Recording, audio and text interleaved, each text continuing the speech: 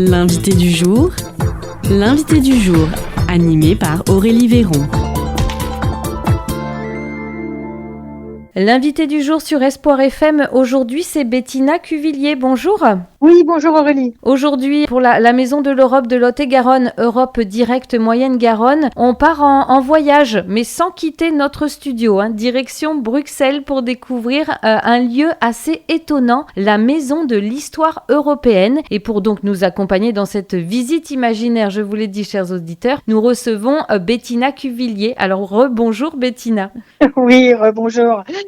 Et effectivement, on va parler de la Maison de l'Histoire Européenne, qui est un musée pour un passé partagé. Alors juste dire qu'il se trouve à Bruxelles, donc dans une rue qui s'appelle rue Béliard. Bon, mais ça se trouve évidemment sur Internet. C'est vrai que je dois dire que j'aime beaucoup ce principe de voyage sans valise, surtout quand on part de notre studio ici à Agen. Alors, première question, la Maison de l'Histoire Européenne, qu'est-ce que c'est exactement ? Eh bien, c'est un musée qui est consacré à l'histoire de l'Europe. Pas l'histoire d'un seul pays, mais celle d'un continent entier. Et c'est un sacré défi parce que les Européens ont beaucoup de points communs, mais aussi quelques désaccords de temps en temps. Un musée sur l'Europe, ça peut paraître un peu sérieux, non ? On pourrait le croire, oui, mais en réalité, c'est très vivant. On y trouve des objets, des images, des témoignages et surtout des histoires humaines. Parce que l'Europe, ce ne sont pas seulement des traités ou des institutions. Ce sont des gens qui voyagent, qui échangent, qui inventent. L'exposition permanente présente l'Europe sous différents points de vue et nous invite à réfléchir et à nous interroger sur notre patrimoine commun, depuis le mythe d'Europe jusqu'aux bouleversements politiques et sociaux contemporains, en passant par les 2 guerres mondiales et la construction européenne. Et finalement, ce n'est pas si loin de nous. Non, exactement. On a parfois l'impression que l'Europe est quelque chose de très très lointain, quelque part à Bruxelles. Mais en réalité, elle commence souvent à l'échelle d'une ville. Une ville comme Agen, par exemple, où l'on rencontre déjà des cultures différentes, des visiteurs, des idées venues d'ailleurs. N'oublions pas notre Maison de l'Europe, nos villes jumelles, nos associations culturelles, etc.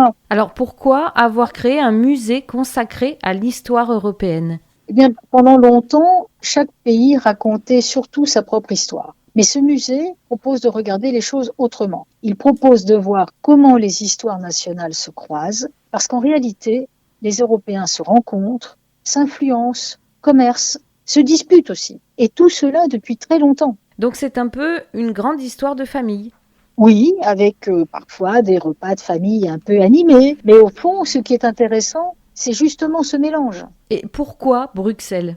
Et parce que Bruxelles est aujourd'hui un lieu où beaucoup d'Européens se croisent et où sont aussi quelques institutions clés. Installer ce musée là-bas, c'est symbolique. On regarde le passé au cœur d'une ville qui participe à construire l'avenir. Alors quand on entre dans ce musée, par quoi commence-t-on ? Alors, on commence par une grande question. Qu'est-ce que l'Europe ? Est-ce une géographie, une histoire, des valeurs, des ressources ? Un peu tout ça à la fois. Le musée ne donne pas une seule réponse. Il invite à y réfléchir. Mais l'histoire racontée n'est pas toujours simple et c'est important de le reconnaître. L'Europe a connu des périodes extraordinaires de création et de progrès, mais aussi des moments très sombres. Les guerres, les divisions, tout cela fait partie de l'histoire. Et c'est justement après ces drames qu'est née l'idée de construire quelque chose ensemble, n'est-ce pas ? Oui, exactement. L'idée était que des pays qui s'étaient longtemps affrontés décident de coopérer. Aujourd'hui, cela peut sembler normal, mais à l'époque, c'était presque révolutionnaire. Et qu'est-ce qui surprend le plus les visiteurs dans ce musée ?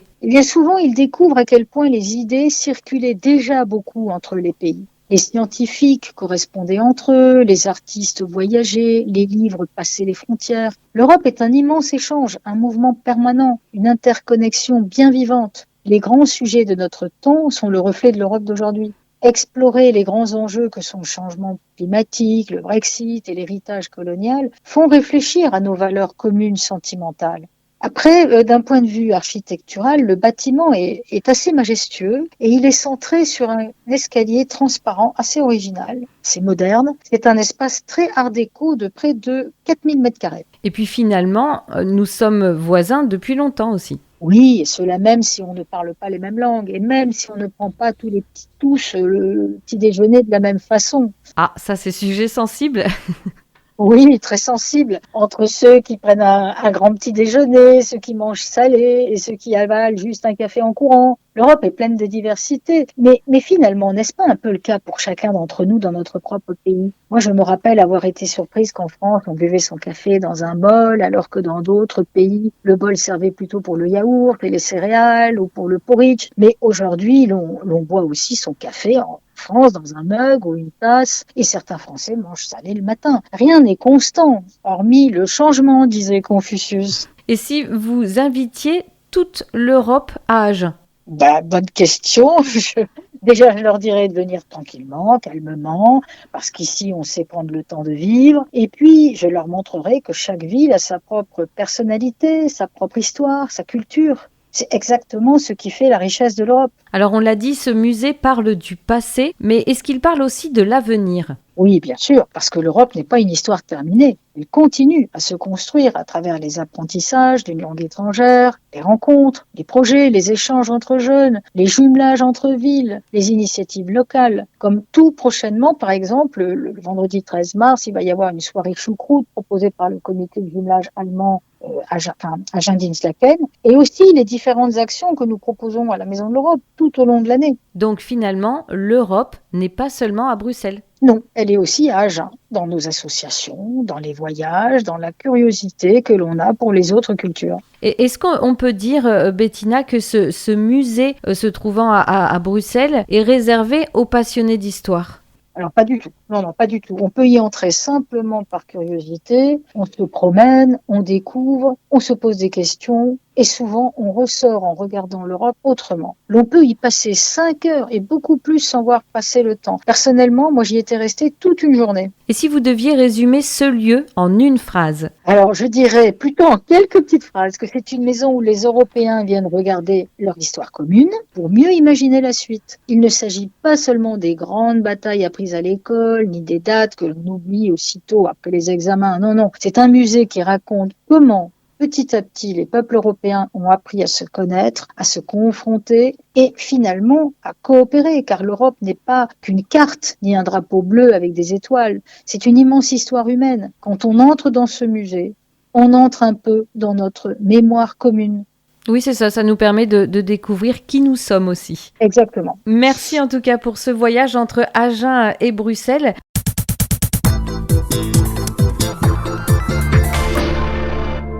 On va maintenant faire un point sur l'actualité de la Maison de l'Europe de Lot-et-Garonne. On peut donner rendez-vous à nos auditeurs, par exemple. Je vois le 25 mars, il est question de fake news, un débat transfrontalier France et Espagne. Ça se passe à 18h à la Maison de l'Europe. Pourquoi parler des fake news à la Maison de l'Europe ? Eh bien, c'est très important d'en parler puisque nous tombons tous régulièrement dans le piège de ces fake news. D'ailleurs, ça devient de plus en plus compliqué. Donc, chaque année, quand on organise cet événement, on essaie d'ajouter un petit peu les nouvelles découvertes en la matière parce que par exemple, les vidéos que l'on peut créer avec l'IA sont de plus en plus difficiles à déceler. On arrive de moins en moins à reconnaître rapidement s'il s'agit d'une vidéo créée par l'IA ou pas. Donc, pour l'instant, on a encore pas mal d'indices et de tuyaux pour aider chacun et chacune à s'y retrouver. Cela va-t-il durer ? Pour l'instant, c'est le grand point d'interrogation. C'est un débat qui avait déjà eu lieu l'année dernière, que la Maison de l'Europe avait déjà... Mais on refait parce que les choses changent justement, évoluent. C'est pour ça. C'est ça, exactement. C'est que finalement, il n'y a rien de constant. C'est chaque jour, l'IA progresse, l'IA crée des supports qui sont de plus en plus difficiles à vérifier. Et il va falloir que des équipes se constituent un petit peu partout dans le monde pour savoir détecter les mensonges. Et donc, ce sont les jeunes que la Maison de l'Europe de Lot-et-Garonne invite ce 25 mars de 18h à 20h pour cette rencontre transfrontalière de jeunes de différents horizons, donc pour réfléchir et débattre.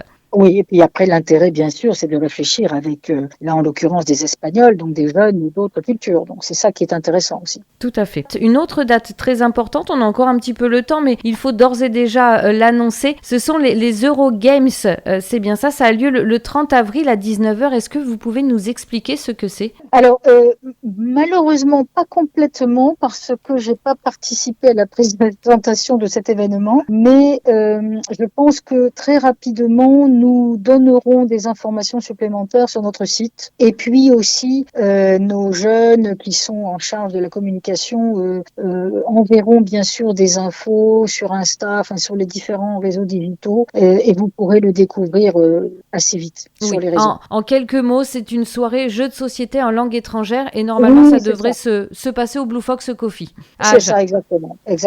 Et c'est gratuit, bien entendu. Eh bien, en tout cas, merci pour ces précisions. On donne un dernier rendez-vous important, c'est demain, le samedi 21 mars. Le 100% collectif sera présent en ville, il me semble, pour parler discrimination, éduquer aussi à la lutte contre la discrimination. Et la Maison de l'Europe sera présente ? Exactement.